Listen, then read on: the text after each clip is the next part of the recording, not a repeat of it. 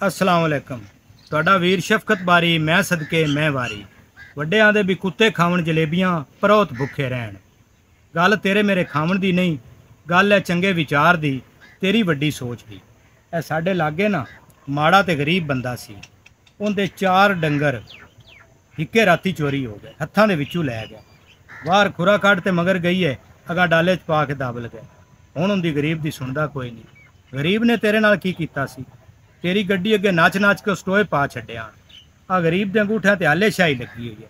सोचा सी भी कल नूं कोई गरीब दी करसी, ते हुण क्यों नहीं सुनदा? तो सियाणे आंदे भी रब शाला किसे नूं दुध पुत्तर दी थोड़ ना देवे। लै ओ बाल जेड़े न ओ फक्का दुध पी बांदे आन ते कोई लफ वेच के ते ओ आदा डंग पूरा करदे आन। भई इन्नी को ब्लैक मार्केटिंग होई पई है।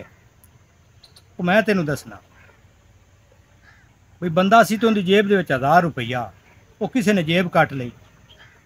थानेदार दो बेली आ, उन्हें सागी 1000 रुपया हटवाया। सदर अयूब दे वेले दे विच 5-5 बालां नाल जनानियां हटियां। सियाणे आंदे भी मैं रेडी ना होवां ते दक्खां सारियां चुग लवां। बई खांदिਆਂ तक तां गुजारा करो। ये ब्लैक मार्केटिंग काला धंधा इन्ना को होया पिया आ, दूर की जाना है। मैं तेनू दसना भी आ झाड़ू 200-250 का है।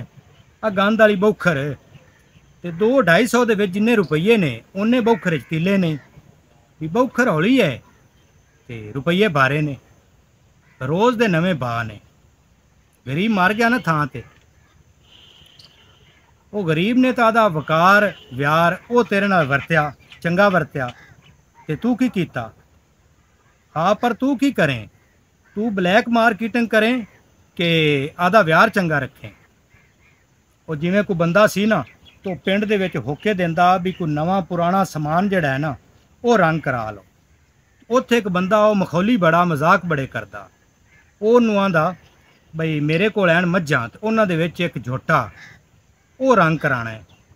वो बंदा हक्के बक्के हो गया बई इस मेरे नाल केड़ी कीती।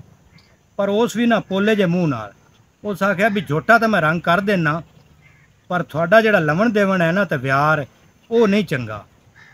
भी पिछली बारी जो आके मैं होका दिता है तेरे घर दे मैथों मझ रंग करवाई आई, उनके पैसे अखे हाले ताईं नहीं दिते।